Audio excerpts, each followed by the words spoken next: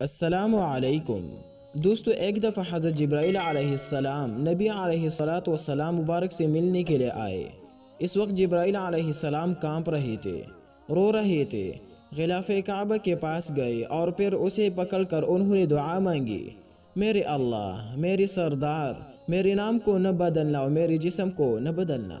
نبی کریم صلی اللہ علیہ وسلم نے پوچھا، جبرائیل آج آپ نے کیا دعا مانگی؟ جواب میں جبرائیل علیہ السلام کہنے لگے، اے اللہ کے نبی، جب سے ہم نے شیطان کو دکھتارے ہوئی دیکھا ہے، اس وقت سے دل پر اللہ تعالیٰ کا ایسا خوف ہے کہ میں یہ دعا مانگتا ہوں، اے اللہ، شیطان کا نام عزازیل تھا اور آج ابلیس کہتے ہیں، اے اللہ تو نے اس کا نام بدل دیا۔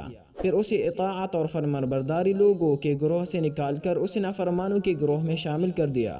لہٰذا اب میں یہ دعا مانگتا ہوں کہ اے اللہ، میرا نام نہ بدلنا اور میرے جسم کو فرمانبرداروں کے گروہ سے نکال کر کہیں نافرمانوں میں شامل نہ کر دینا۔ مقصد دوستو، ہم بھی اللہ رب العزت سے دعا مانگتے ہیں کہ اے کریم آقا، آپ کا در پکڑا ہے، آپ مہربانی فرما دیجئے، ہمارے حاضری کو قبول کر لیجئے، کیونکہ دوستو جو الہ کا ہوا اس کے لیے اللہ کے ہاں بہت عجیب و عجیب انعامات ہے جو کہ کسی نے دیکھے بھی نہیں ہے، جن میں ایک کے بارے میں آتا ہے کہ ایک بار اللہ رب العزت نے حضرت جبرائیل علیہ السلام سے کہا کہ ذرا جنت میں جاؤ۔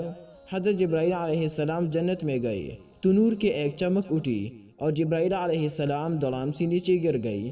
اتنا نور تھا دوستو کہ جبرائیل علیہ السلام جیسا اتنا بڑا فرشتہ سجدے میں گر گیا اور کہنے لگا کہ اللہ کا نور نظر آ گیا۔ اس کی ایک جھلک دیکھ لی، سجدے میں گئی تو آواز آئی کہ اے وحی کو اٹھانے والے، سر اٹھا۔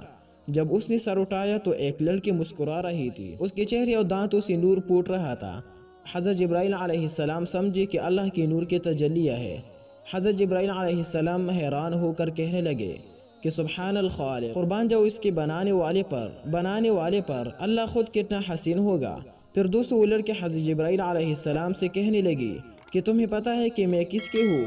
حضرت جبرائیل علیہ السلام نے کہا کہ نہیں۔ لڑکی کہنے لگی کہ میں اور میری جسم بہت ساریہ اس کے لیے ہے جو دنیا میں پاک باز اور نیک تھے۔